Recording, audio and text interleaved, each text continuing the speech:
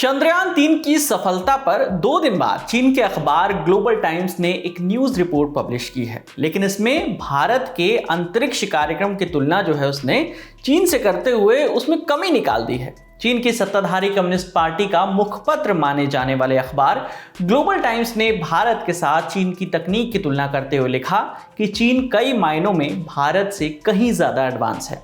अखबार बीजिंग के वरिष्ठ अंतरिक्ष वैज्ञानिक पैंग झिहाओ के हवाले से लिखता है, चीन 2010 में चांग-ई 2 के लॉन्च के बाद से ऑर्बिटर और लैंडर को सीधे पृथ्वी चंद्रमा ट्रांसफर ऑर्बिट में भेजने में सक्षम है। भारत के पास यह तकनीक नहीं है क्योंकि उसके लॉन्च व्हीकल्स की क्षमता सीमित है। चीन की तकनीक एडवांस है, जिसके कारण समय और ईंधन की बचत होती है। चीन जिस ईंधन का इस्तेमाल करता है वो काफी एडवांस है। चीनी अखबार ने भारत को कमतर दिखाने की कोशिश करते हुए एक्सपर्ट के हवाले से लिखा कि चीन का रोवर काफी बड़ा है, उसका वजन 140 किलोग्राम है, जबकि भारत के रोवर प्रज्ञान का वजन महज 26 किलोग्राम ही है। भारत का प्रज्ञान चंद्रमा की रात का सामना नहीं कर सकता है और चांद पर इसका लाइफ स्पैन जो है वो केवल 1 दिन का है, जबकि चीन के Yutu-2 रोवर के पास चंद्रमा की सतह पर सबसे लंबे समय तक काम करने का रिकॉर्ड है, क्योंकि यह परमाणु ऊर्जा से लैस है जिससे यह लंबे समय तक काम कर सकता है। यहाँ आपको एक जरूरी बात बतानी है कि चांद का एक दिन जो होता है वो पृथ्वी के 14 दिन के बराबर होता है।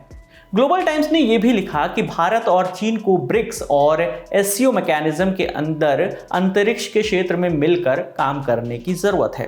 इससे पहले चंद्रयान-3 की सफलता पर 23 अगस्त को चीन की सरकारी न्यूज एजेंसी शिन्हुआ ने 91 शब्दों की एक जानकारी नुमा खबर लिखी। खबर में उन्होंने लिखा कि India's Chandrayaan-3 spacecraft lands on moon, यानी भारत का चंद्रयान-3 अंतरिक्ष यान चंद्रमा पर उतरा। वहीं साउथ चाइना मॉर्निंग पोस्ट ने लिखा एक डिटेल खबर की, उसमें उन्होंने लिखा कि India land on moon, first nation to reach the lunar south pole, यानी भारत चांद पर उतरा, साउथ पोल पर पहुंचने वाला पहला देश। और अब चीन की सत्ताधारी कम्युनिस्ट पार्टी का मुखपत्र माने जाने वाले अखबार ग्लोबल टाइम्स ने इस पर एक रिपोर्ट की है। इससे पहले साल 2019 में चंद्रयान-2 की विफलता पर 9 सितंबर 2019 को ग्लोबल टाइम्स ने लिखा था, भारत के चंद्रयान-2 का लैंडर चंद्रमा की सतह से केवल 2.1 किलोमीटर दूर था। जब उसका संपर्क टूट गया, पृथ्वी और चंद्रमा के बीच 3,80,000 किलोमीटर की तुलना में यह दूरी महज 1 कदम की दूरी थी। भारत के मून मिशन की इस विफलता पर दया आती है। केवल 1 कदम और भारत चंद्रमा के दक्षिणी ध्रुव पर सॉफ्ट लैंड करने वाला पहला देश हो सकता था और अमेरिका, रूस और चीन के बाद चंद्रमा पर उतरने वाला चौथा देश बन सकता था। अब आपको इस खबर का बैकग्राउंड बता देते हैं।